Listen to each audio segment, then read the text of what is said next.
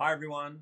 I know this is a very strange time. I just wanted to reach out to you guys and make sure that you're at home, that you're staying healthy, and I just really hope that you're all doing okay.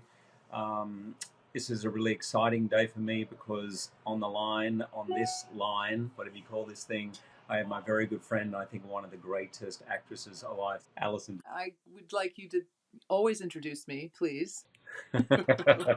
Hey, listen, I just got to say something because I know this is so exciting. And our movie, Bad Education, is opening this Saturday on HBO. And I was so looking forward to being on a red carpet with a man who was finally taller than me. And I was just, I can't believe we don't get to do that. But I hope someday soon we'll get to walk a red carpet together. People listening probably may not know anything about the story unless you're from Long Island, Yeah. but our characters were really good friends. And my character, Frank Tassone, who's a superintendent at Roslyn High And School, My character Pam Gluckin was the assistant superintendent of business, probably got promoted by Frank to that new right. position.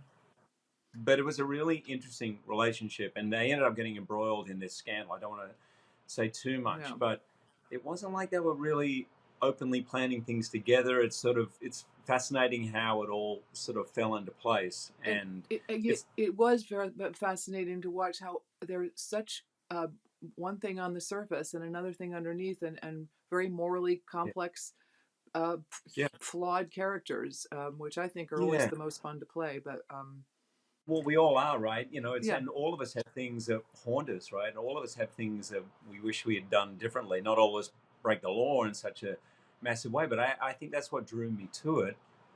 How can people who spend their lives, you know, dedicated to kids and education end up going so far off the rails? How does that little white lie or whatever it began with sort of snowball the and all of a sudden it's slow like quick? yeah, the slow drip of how it became, how they justified it. And I know we don't want to give away too much, but the way Cory Finley, who was our marvelous director, uh, directed this and scored it too. It's almost like it comes across as a thriller almost, even though it's based on a true story. But the way it unfolds is it kind of it felt really thrilling to me and Yeah, exciting.